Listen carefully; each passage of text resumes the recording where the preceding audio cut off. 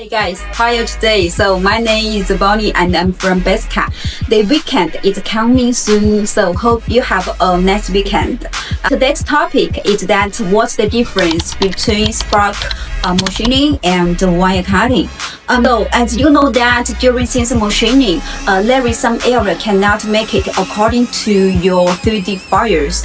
Therefore, we need to help from sparking machining and wire cutting, but there is still difference between them. Spark machining tolerance we can reach is that 0.1 mm, and the surface roughness can reach is RA 0.8 to RA 1.6.